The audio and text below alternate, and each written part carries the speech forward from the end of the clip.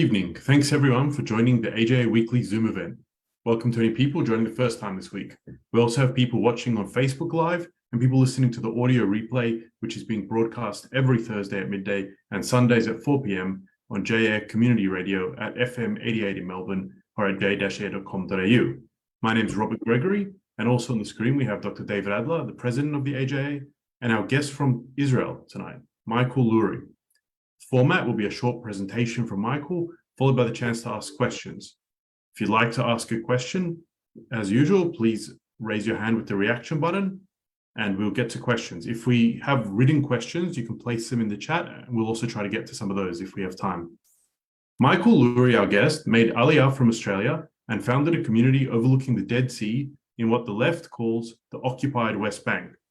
Pnei Kedem currently houses 70 families, including a senior cabinet minister. It's growing rapidly, and it was formally approved this year. Michael was the subject of an ugly anti-Israel hit piece from Australia's ABC just a few weeks ago, though we should probably thank them for bringing him to our attention. AJA supports Jewish rights in all of Israel, including Judea-Samaria, so we proudly give Michael a platform. Thank you for joining the AJA tonight. Now, if you want to kick off with your presentation. Okay, no problem. As I speak, I'll also share the screen with the presentation. Hold on, let's get this right.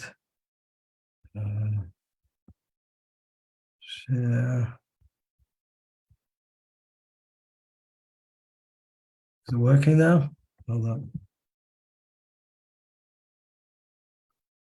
Not yet. Yeah, starting to. Just see if okay. Present it. Yeah, sure. Thank you very much for the introduction. My name is Michael Lourie. I was born in Melbourne, Australia. I went to Yavneh College. Also grew up in Pnei Kedem, and my parents used to feed us Zionism for breakfast, lunch, and tea. As a result of that, I went on a program called MTA, which is Midrashat Torah B'Avodah through Pnei Kedem, and that was in 1987, quite a while ago, and which was together with learning in yeshiva, working on a kibbutz, and learning about Israel and training us to be madrichim back in Pnei Kedem. In that specific time, I decided I wasn't going to come home and make the real home over here in Israel, and I made Aliyah in 88. I went to the Nachal Paratroopers Brigade, and also went to the film school. So the question is, how do I even get to the whole thing of making Aliyah is a huge step already. Just leaving the comforts of the shores of Melbourne and Australia, and we all know how nice and how very good it is and how pleasant it is to grow up and to live there. But there is a calling, obviously, for the last 2,000 years, or last at least 180 years, for the Jewish people to come home, and that was realised back in 1948, and also in the modern times as well. So I was when I went to film school, I was minding my own business. I worked a bit in the film industry, and as you can see on the screen, it's Garin Ofnir that was established in 1995. I had nothing to do with it. But the guy on the right in the middle, his name is Aaron, in fact, above the Ofni pamphlet. We actually made a pamphlet. He rocks up to my house in Jerusalem. I was minding my own business, going to Emek Rephaim and Kafit. I don't know if you're familiar with Emek Rephaim in the German colony, and literally minding my own business. This guy comes for Shabbat and he tells me about this whole yeshuv that they're trying to establish near Ofra, not the one we're in now, but it was near Ofra. They tried to establish a place called Ofnir, which was the 11 cities of Binyamin, which is mentioned in the Tanakh. And he's telling me about that. They went up to this place, and it overlooks the Dead Sea from the other side, of course, not from where we are. And he's got this nucleus of people, and maybe I should join. And so I went there for Shabbat, and we walked around there. There was nothing there. They used to, they had a place there for a month, but they were taken down by the army because it was private land. So it was a bit difficult to establish there. So we asked the guy in charge, his name is Zambish. He's a very, very common household name amongst all the people, amongst the settlement movement, basically. The place is, he runs a thing called Amana, and they basically have settled over 60 to 80, maybe more settlements over since the 60s when they started to do it. Obviously, we're talking about 1967, 1969, 1970, when all the Yeshuvim just got a head start with Rabbi Hanan Porat, who's no longer, and he started over there basically in Ofra, where one of the first Yeshuvim after Sebastian that was established. In any way, to cut a very long story short, we can go on about the history of it, how it happened. But so this guy was telling me about this place. We went to this place, but unfortunately, it was Arab lands and private lands. It was very, very difficult. It was before the age of internet really came close. There was no Facebook. There's obviously no WhatsApp. We had faxes back then. And so we actually tried to track down those Arab guys who were living in America who had the land, but they wouldn't answer us, and it was very complicated. And so we told Zambish, we said, okay, we have a group of people, but we don't have land. You got to understand also a bit of the history. This was back in 98. This is 5 years. It's 30 years now to Oslo, the Oslo Accords. So this was only 5 years after the Oslo Accords, or 4 or 5 years. And he said, it's impossible and it's to establish a new settlement in these days. We're very restricted at the moment.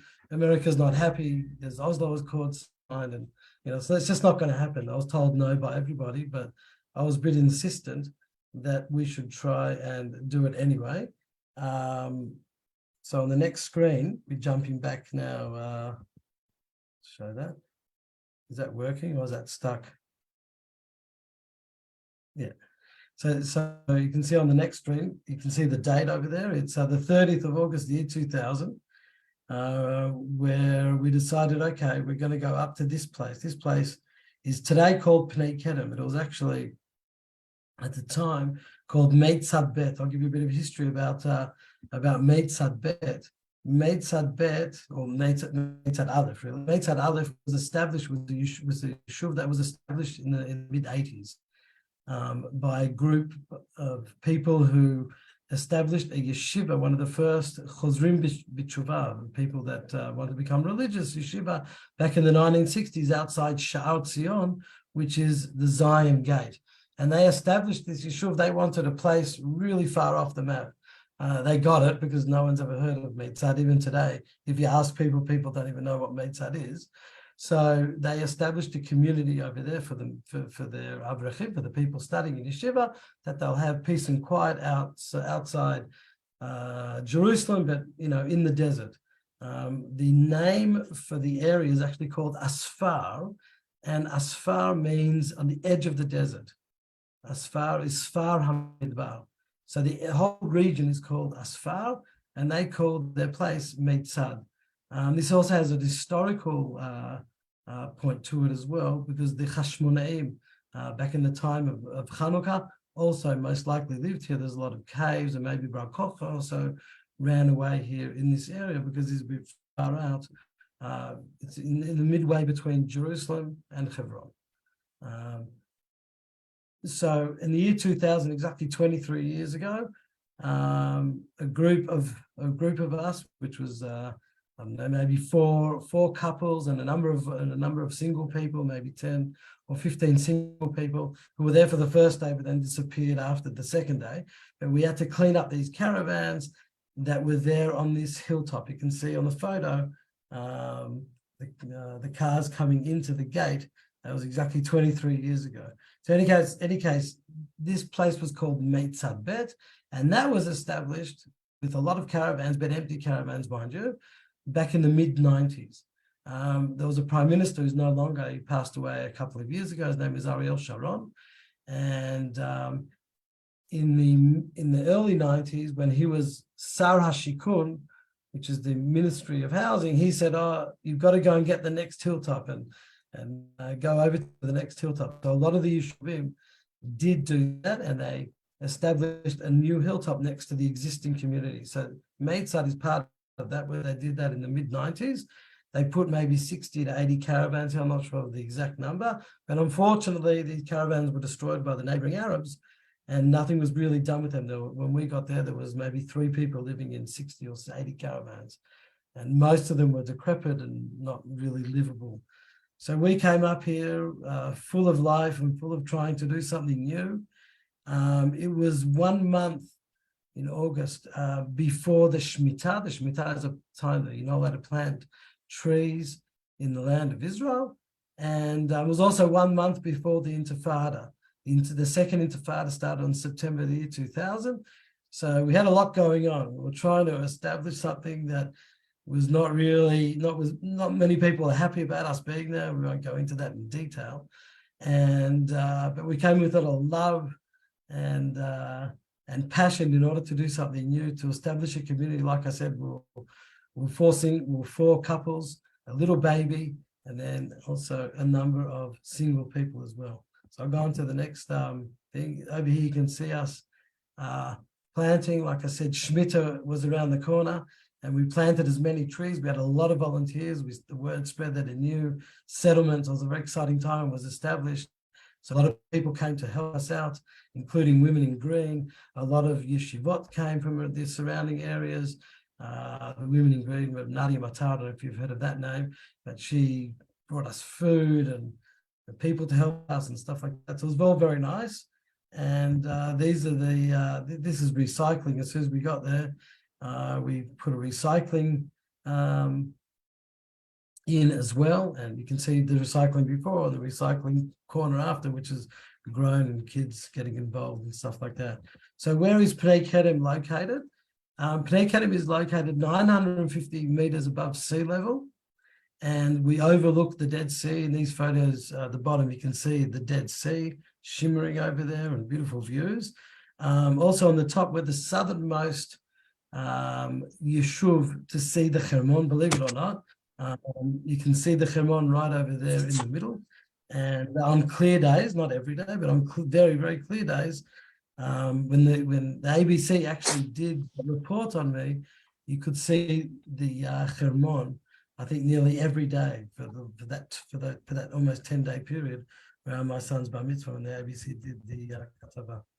Over here, like I said, not everyone was very happy that we did come up. We had a lot of write-ups about us because the neighboring Yeshuv, which is a Haredi Yeshuv next door, an ultra-Orthodox Yeshuv, were not very happy because it was their caravans and they didn't really want us there. Today, I mean, this is history, but today we have very, very good relationships with them and do a lot of joint projects together.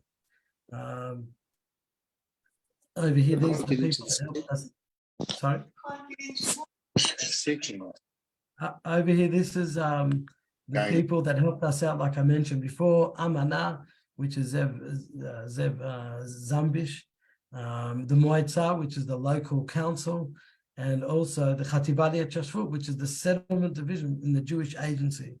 Even though they were not happy with us going up, and they said it's impossible, you're doing the absolute impossible to establish it, you should, we did it anyway. And eventually they jumped on board and helped us quite a bit. Over here, we're like a community in the making. So there was Tiulim that we did together. We did some tours. We obviously had Purim and Yom Ha'atzmaut and davening and brought people in. And Tu B'Shvat, you can see we had a beautiful Tu B'Shvat Seder over here in the photo that lasted actually longer than the regular Seder. Over here in the next, sorry,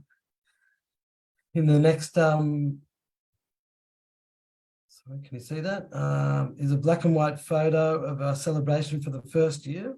We went from 4 families in the first year to 11 families, which was quite a huge achievement because there was the Intifada brewing, there was shooting on the roads, it wasn't a very pleasant time, especially to move anywhere, but especially to Judea-Samaria, especially to Pnei Kedem, which was, even though we're close to Jerusalem, but people weren't doing those things at the time. But we managed to, after the first year, even to accumulate a million of quorum of men, a million of people. Over here, you can see the hardships, bringing caravans. You can see at the bottom there what it used to look like. In 2005, this is now filled with houses. Moving on years. over here.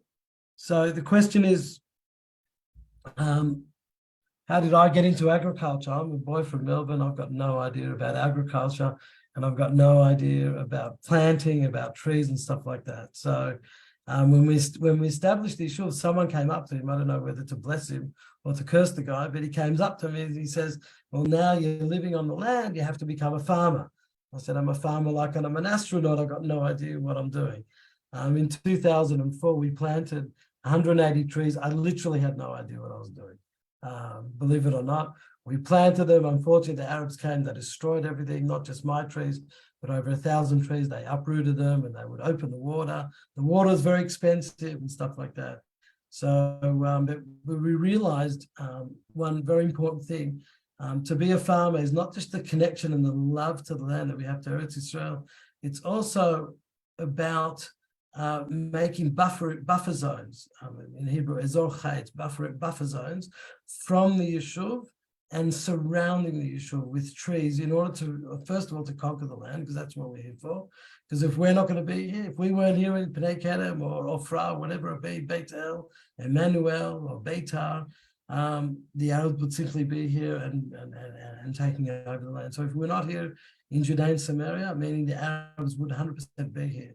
So if we don't plant around the Yishuv, we don't have farms around the Yishuv, then the Arabs would be. So we've done a lot of these projects. So in 2006, we planted more olive trees. So there was about 5 farmers that planted close to 1,000 olive trees. Not all of them survived.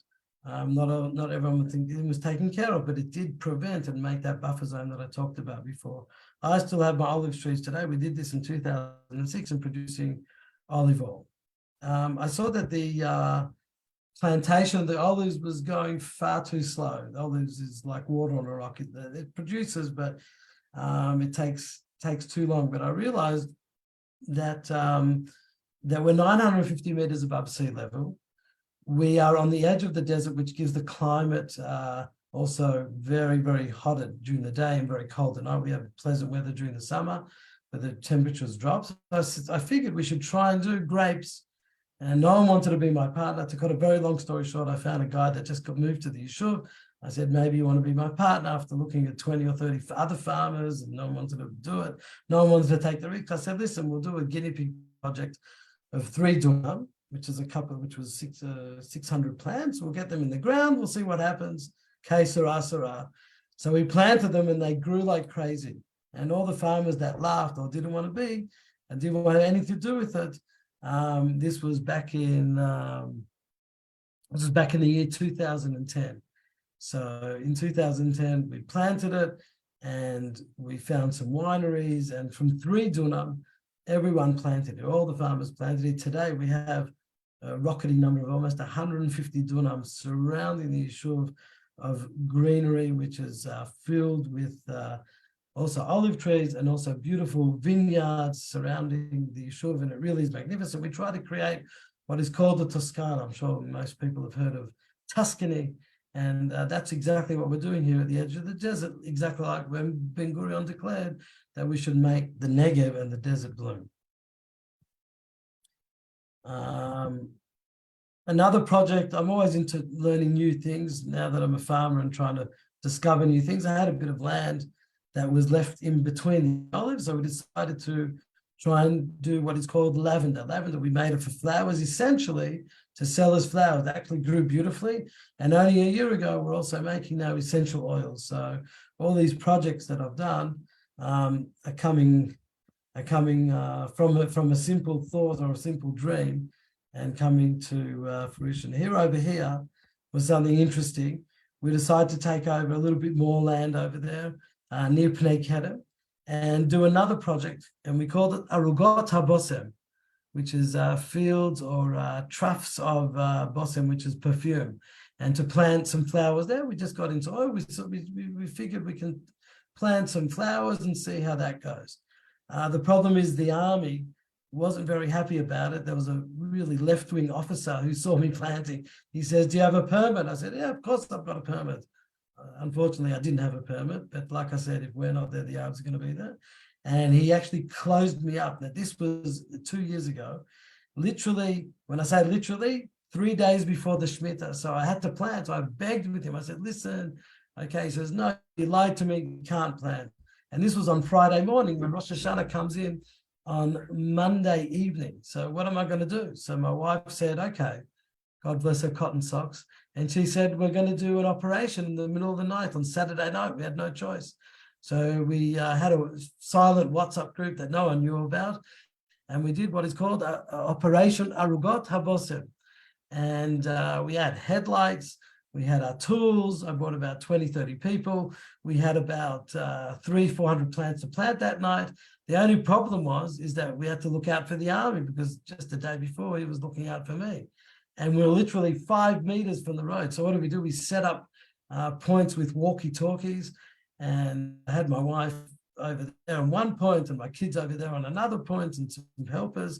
And when the army drove by, we all jumped down on the ground, turned off the headlights, and we managed to get them in the ground. And up until today, it's been fine.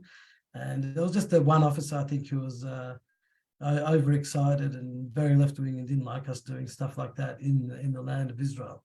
And we managed to get them in the ground. And today we have, we tested what is good for oil in order to know what we're going to do in the next year or two when we plant more in that area.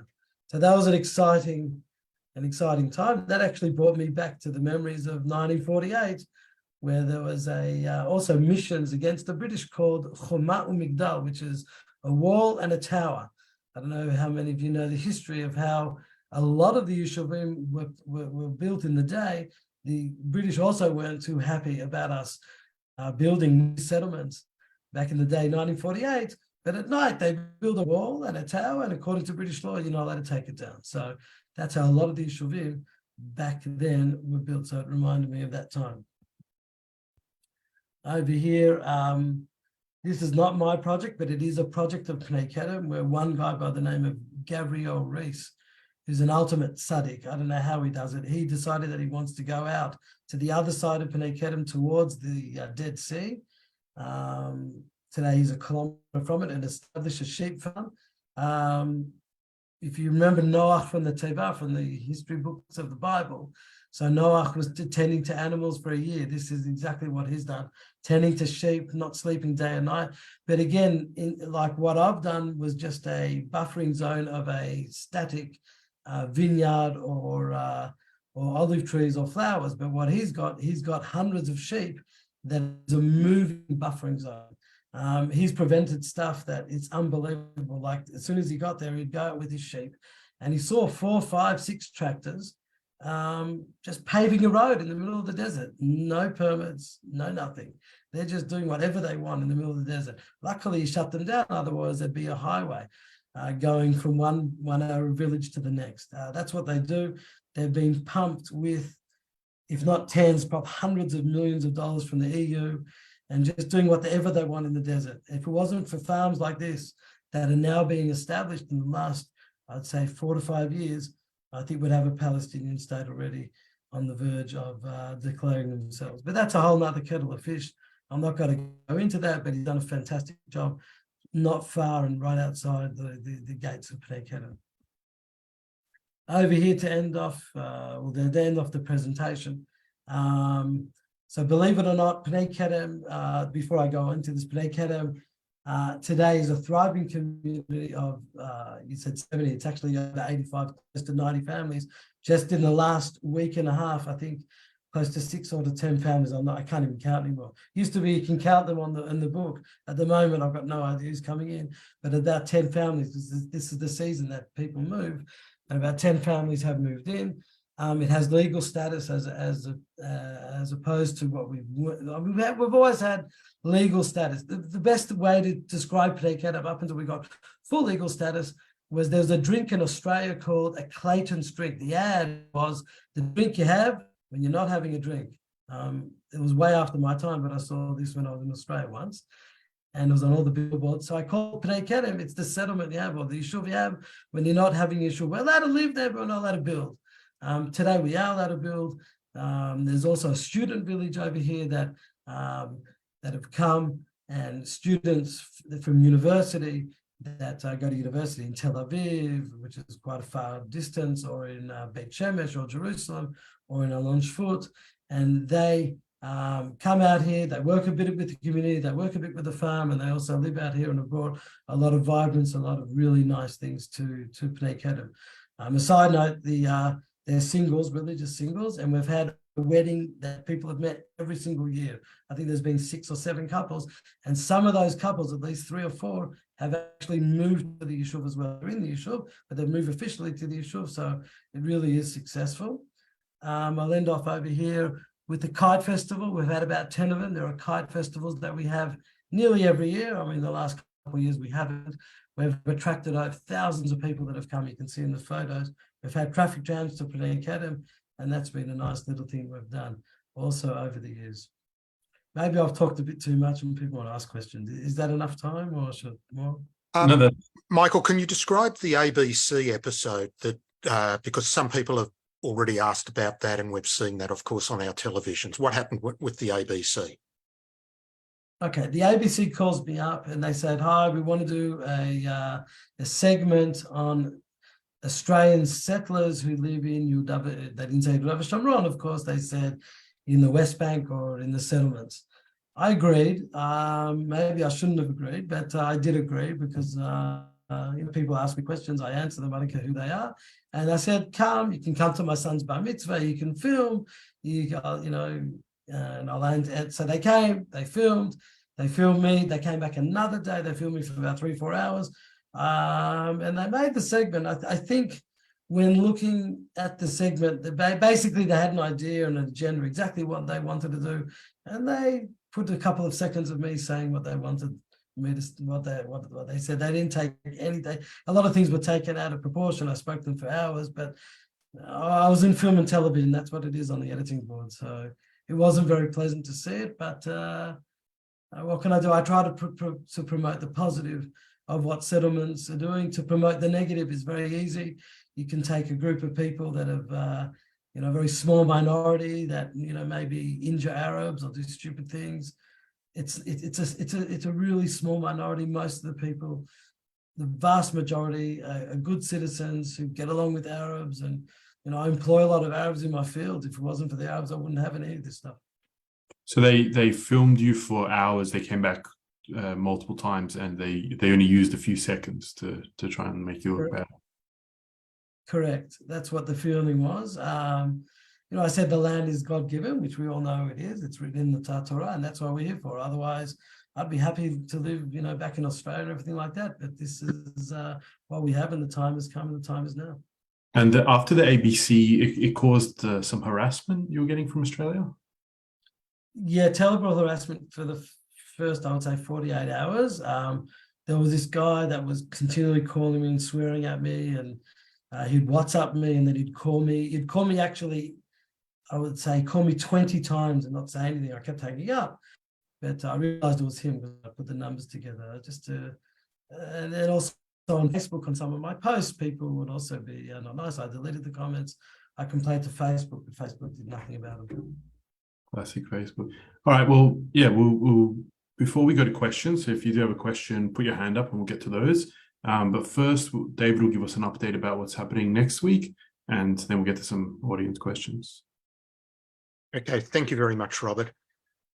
Firstly, as we always do at the end of the event, if you're not yet actively supporting AJA, please go to the website jewishassociation.org.au, where you can join our email list, apply for membership if you're not yet a member, and of course, we would welcome donations and support because we need that to do our work. Now, get ready for a surprise for next week. We have as our special guest, Moira Deeming.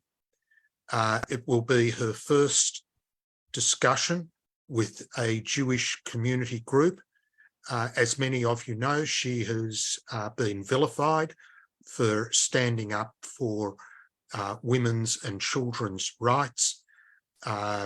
She was expelled from the Victorian Parliamentary Party because some neo-Nazis crashed the Let Women Speak event.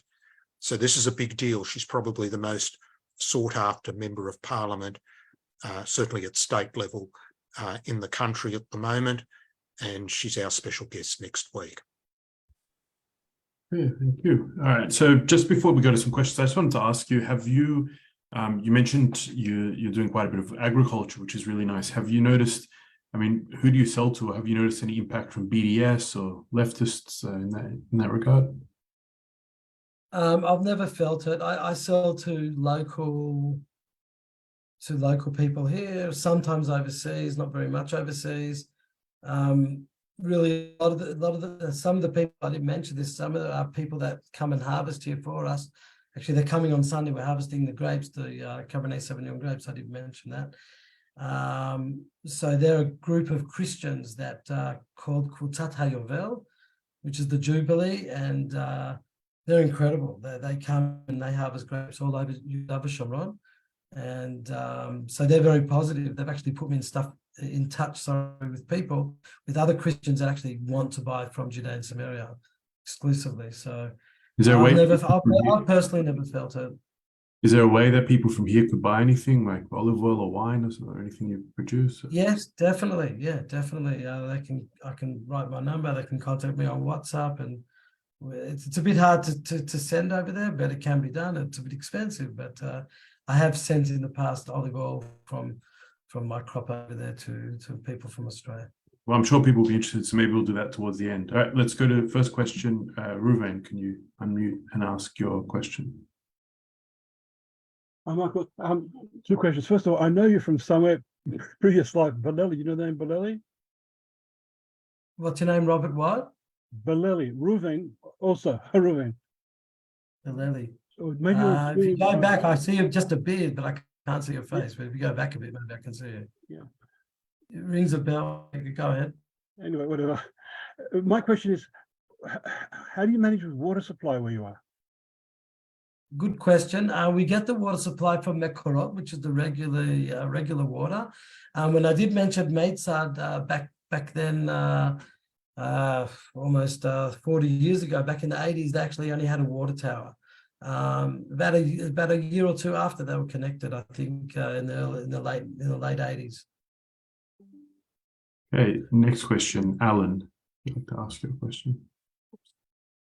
Thanks, Robert. And Michael, Yashikor to you. And can you hear me? I'm getting a message that I'm muted. No, you're all good. All good. Okay. All right, Yashikor to you. I think you do a fantastic job. And as you were talking, I was thinking that you were really settling the land almost in a biblical sense. But what I wanted to ask you about is the term settler. It has a connotation these days, a negative connotation, and I get a little bit prickly when I hear people using the term settlements because there's an aura of illegitimacy about it. I just wonder, what do you think? Do you always refer to yourself as settlers or in settlements, or do you feel that maybe it's time to move on from that and just say, well, you're a village or a town? I totally agree with that. It's a bit of a problem we're talking about in the world, not in Israel. In Israel, you say yeshuv, which has no negative, or mitnachel, maybe mitnachel, a settler, has unfortunately a negative connotation even in Israel. So even amongst ourselves, we've sort of got it wrong, because it's actually a positive word from the Torah that we know. A mityashev or a mitnachel v'hitnachalut was very positive back then. Unfortunately, today the connotations has all got mucked up. Like they call it the West Bank instead of calling it Judea-Samaria. She sort of mentioned that in the ABC comment. I don't know if there's much we can do about it. Maybe within ourselves we have to try and think of something. I always try to refer to Pnei Kedem as an eco-village. And I told her on ABC, she totally ignored that, but most people ignore that as well. But you try your best. You've got to, we can't get caught up in. I know everyone's excited about it, but it's very hard to get caught up when you're on ground and just doing what you're doing. And everyone says what they say.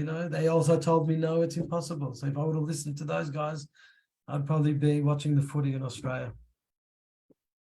Right, David, you wanted to show us something? Yeah, sure, certainly. Michael, there was an article written by someone you know in AJAC, which was quite reasonable about the ABC story, but I wanted to draw your attention to a disclaimer that was put at the base of the article and just get your comment on it. The disclaimer is that in the above story, I've provided useful context for the ABC report, focus on settlement outpost of Pnei Kedem. However, it should be stated here that AJAC takes no stance on West Bank settlements. So that's the terminology they're using, other than to point out that it is one of the Oslo Accords final status issues that is to be negotiated between Israelis and Palestinians. And then this interesting paragraph, AJAC has certainly never supported settlement outpost building activity, which is contrary to Israeli law. Such activity also undermines Israel's valid claims in regard to the fate of its settlement blocks in future final status negotiations with the Palestinians. What do you think of those disclaimers? Look, sometimes we're our worst enemy. We sort of shoot ourselves in the foot, and maybe people are being very politically correct and they don't want to do this and they don't want to do that. I don't know. I think I can end off with a statement that I didn't say in my presentation earlier. It's like someone's asked me, someone told me, actually the guy who's my next door neighbor now, who got me involved in all this, he says, what are you going to tell your grandchildren while they were signing Oslo? Oslo was exactly 30 years ago yesterday.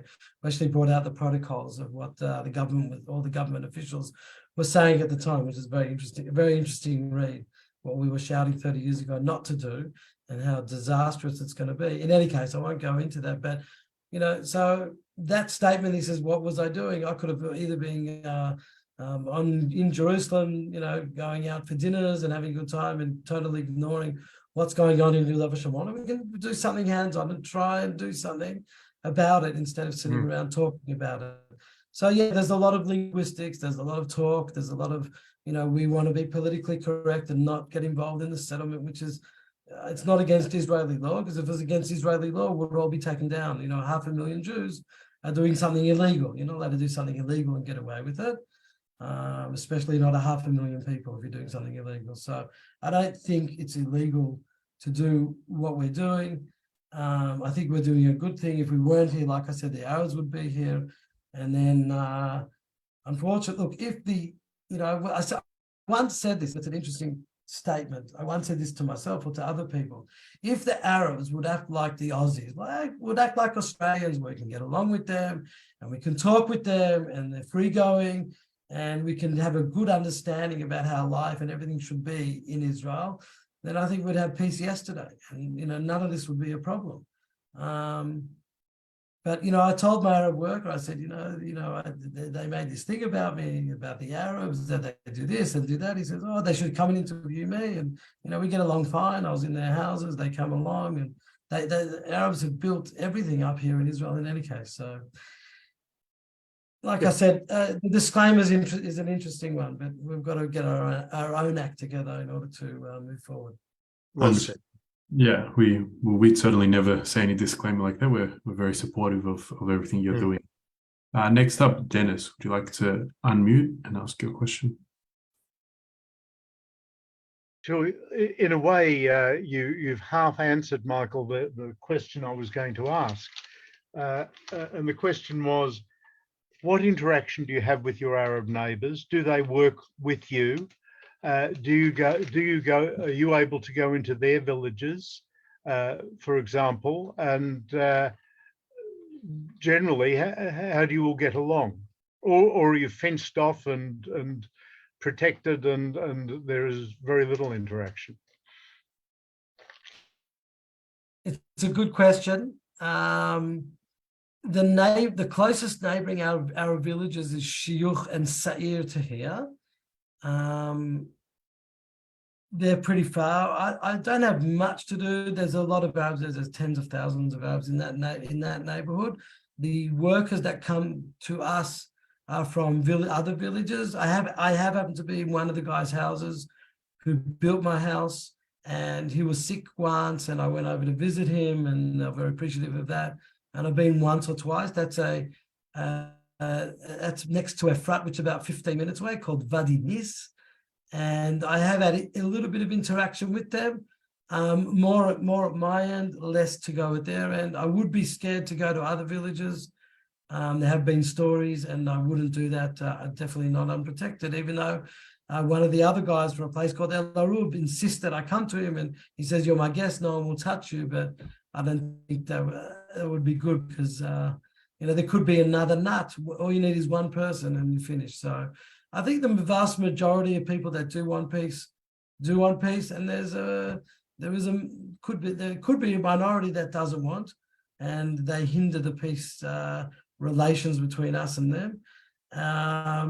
Maybe I'm right, maybe I'm wrong here. I just don't know. There've been a lot of terrorist attacks in the last 6 to 8. I mean, there's always terrorist attacks. It started in the 1800s. The first Jew was stabbed, I think it was 1850 something, at the Zion Gate. So they've always been out for our blood, and with or without Israel, and with or without Judea-Samaria. So maybe it's something that's never go away, and we're just going to have to live with it. I don't know. Hopefully not. Right. Andy, you're up next. Andy, you're unmuted. I think the internet's frozen with Andy. She's not moving. All right, Ariel, would you like to ask your question? Hi, Dod Michael. Ariel, you need to unmute again. Unmute. Happens to be my nephew. Dod Michael, hi. The starters, Baruch Hashem, most definitely Yeshar Koach for all that you do in Pnei Kedem. Now, I wanted to run by you 3 things, if you don't mind. For starters, can we confirm that 100% by Israeli law, it is 100% legal? Okay, can we confirm that? That's 1. 2, I also want you, so it's 100% legal by Israeli law. 100% Yes. legal to build here. We're getting the permits now in the next 6 months, correct? Okay. Now, second thing is, can you share a little about the excitement you had when you first established Pnei Kedem? Okay, Ariel happens to be my nephew. He's a good boy. He now lives in Melbourne. He could remember, he was a little boy at the time. He came with me that day. The excitement, good question. The excitement was euphoric at that very moment. It was mixture, because we knew that the neighbor, I didn't get into it, but the neighboring Meitzad were definitely going to cause problems, and we knew that. But it was a very exciting day. We go back exactly 23 years, which is not that long ago. You can see the videos of it on YouTube. You can look it up. It was filled with excitement, emotions, and I couldn't believe, after all years of hard work, that it was coming together. It was like a dream come true. But that's a good question. I'll just add to that, because someone Was there a red ribbon? Was there a red ribbon? No, but someone said to me, who was in charge of establishing the settlement, she said, from here, the hard work begins. So 23 years later, that statement is so true. Establishing the settlement on the one day with 4 families is a small step, but the large step is really the continuation, and all the people coming, and all the nuances, and all the bickering and the fighting, and all the good things and the bad things that happen, and you take the good with the bad. For the first time in 23 years, someone lost their mother, who actually lived here for the last couple of years. So it was the first death. We had him, Pnei Kedem. So we take the good and the arguing and the good things that we did together. We put them all together. We realized that this thing is bigger than most. So yes, the answer is, it was a mixture of feelings. It was fantastic, but the bigger picture is that it's a continuation. It's a continual project, Pnei Kedem, and it's not just the first day. It's the 23 years after, and 30 years after. Okay, let's, Andy, do you want to try again, ask your question, if it works? Okay, thank you. I also live in Israel for almost 18 years, and I'm very familiar with JNF helping with the recycling of our wastewater. 85% of our wastewater is recycled. And according to the JNF website, it says agriculture consumes over 65% of the national use of the water. The purple pipes that are seen throughout Israel in agricultural areas. Do you in your area get the recycled water, and do you get it at a discount? Yeah, it's a very good question. Maybe we should be in touch after.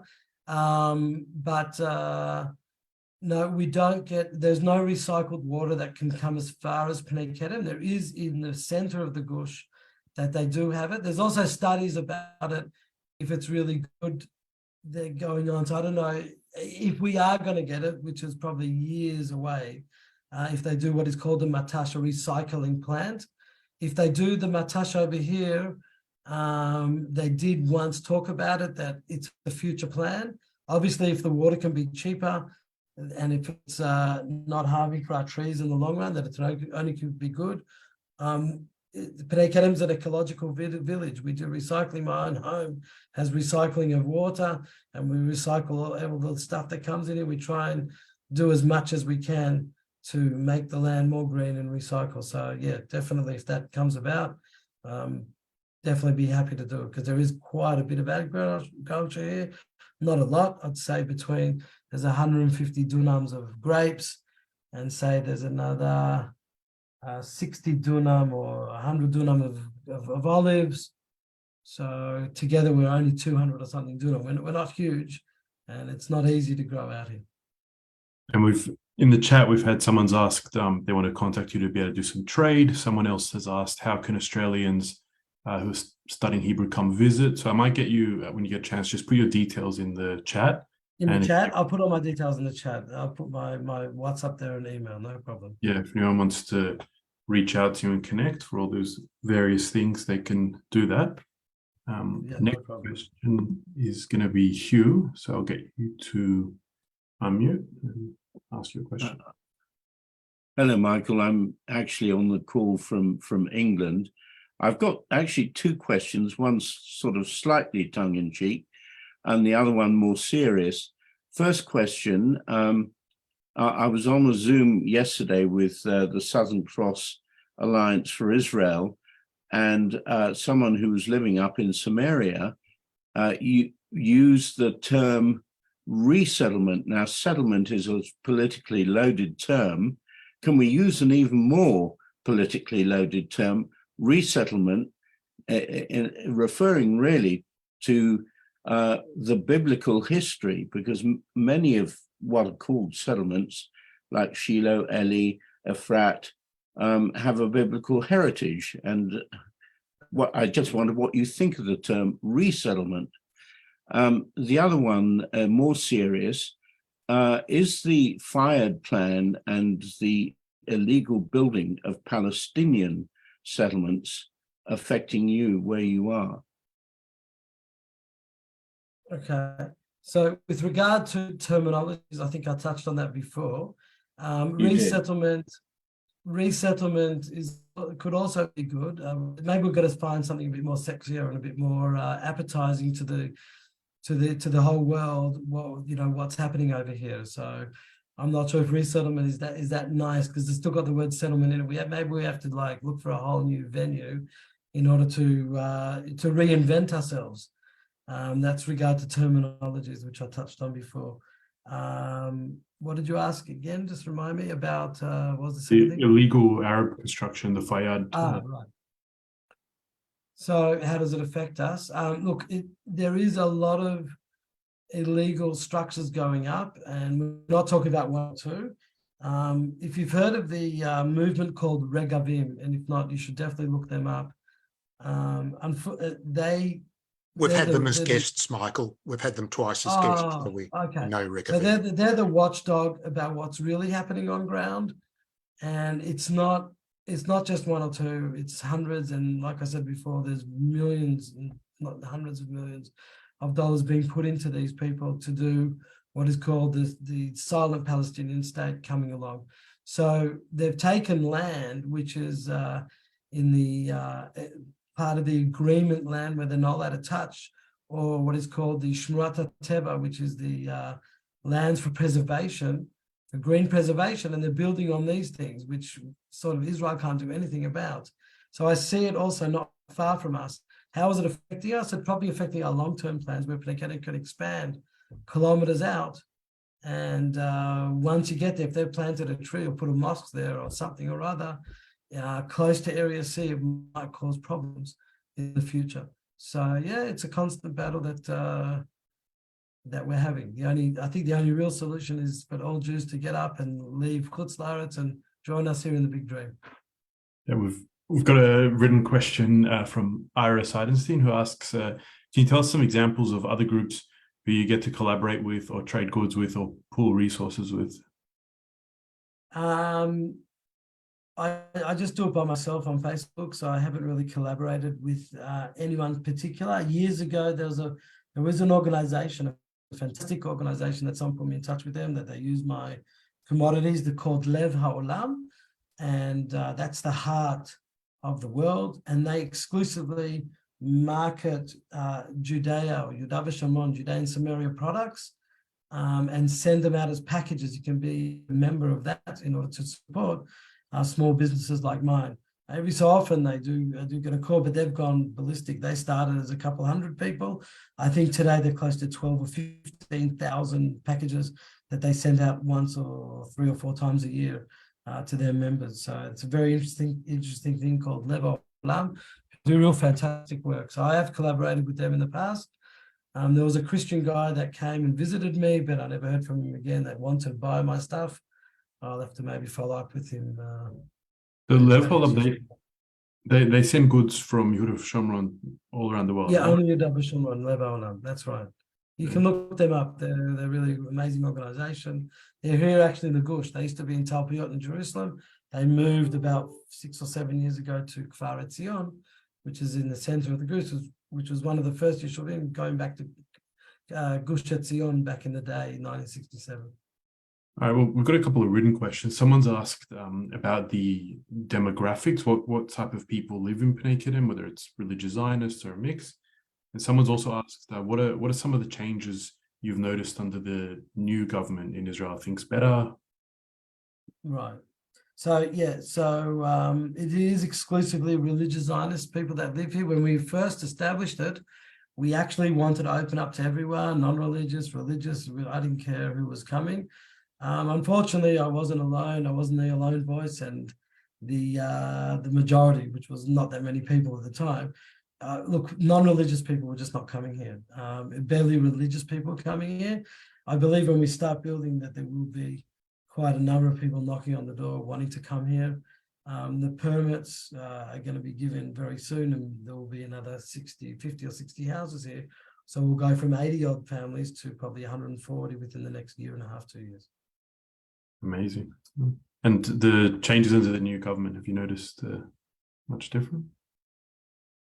Well, the new government granted us the permits. I mean, but that's like I would say in Hebrew or in halachic terms, they were the makeh b'patish, which is the last nail in the coffin. We had started trying to get these permits from years before, but they authorized it. This government was the one that actually finally authorized us to get the permits, which we thought we'd probably never get, but because of the situation. We're in a good situation. It's all state land, and it's nothing, no private land has been, not even our agriculture is on any private land whatsoever. And all the structures, there's like 40 or something or 45 homes today. And like I said, we're in the midst of getting the final permits to do the building. And probably within 8 months to the next year and a half, there'll be even more building here. You mentioned that Pnei Kedem was established just after the Oslo Accord. What are the new, the next Pnei Kedem? Is there a lot of new Yeshuvim being established now in the same way? Yeah, you probably had them on board here as well, called Nachala. Have you had Nachala on here before? Nachala, yeah. We know. Yes. So right. So Nachala are the people that are establishing new Yeshuvim, left, right, and center. How many have they established and how many have they succeeded? is another question. It's not easy, even under the right-wing government. I would say close to maybe 4 or 5, maybe new ones have been done since the last couple of years. But again, these are just outposts that hopefully will be developing. It takes a long time to get the permits and to get the structures and just to get it all moving. It's not an easy task. I wish everyone luck, and I'm telling my kids that they should go out and do already Pnei Kedem bets, Pnei Kedem number 2. But they're busy, and there will be people from here. Like there's the people doing farms. I think the new idea is to try and do little farms everywhere, which has taken off. They can't sustain themselves, so it's very, very hard. So you'll see a lot of people trying to raise money for farms all over the country and all over the world. Maybe some AJA members want to take up farming. But we've had Rose commented in the chat. She says that she subscribes to this Lev Ha'olam. They send out a package once a month, costs US $100, which is about 140 to 150 Australian. A mix of goods: olive oil, chocolate, books, spices, jewelry. Right. That's right. Yeah, they're fantastic and they do a really good job.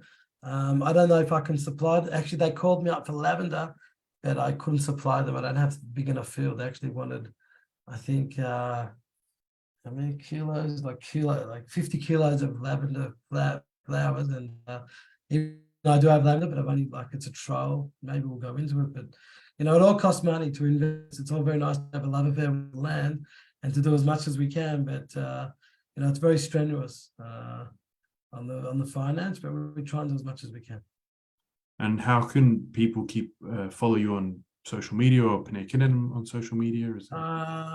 Facebook, I usually post. It's just Michael Lourie. I've written it there. So the Facebook thing. I also have Facebook pages for the olive oil and stuff like that. I can post them here. I can try and look for them, post them, or I can send them to you. Oh, sounds good. Yeah, probably easiest just to post it here, and then everyone can see, whoever wants to. Yep, sure.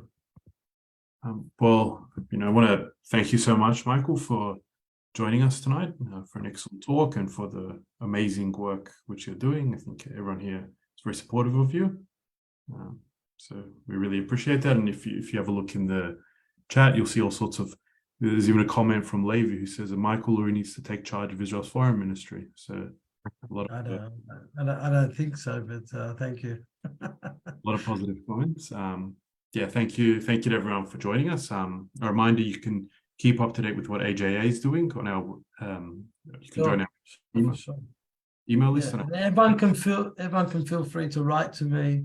I've written my email there. That's also my WhatsApp. They can order, and they want to come visit the visitor center. A lot of that presentation, or the whole presentation, is all the photos that I quickly got from my visitor center. Over here we have groups coming. It's a 2-hour tour. They get to hear and see and smell and taste and work in the fields and stuff like that. So I've had a number of groups coming, and it's all been really, really nice. So everyone's welcome as well. Sounds good. Maybe we'll come by on the next AJA trip to Israel. Sounds very good. Definitely, you can swing by here with the bus and give them a whole tour. They can have a tour of the farm that I spoke about, and it'll be a whole day. It can end off with a beautiful barbecue, and people will be very happy, guaranteed. Well, thanks so much again, Michael. Thanks everyone for joining. We look forward to seeing everyone next week as well with Moira Deeming MP. And yeah, have a good night.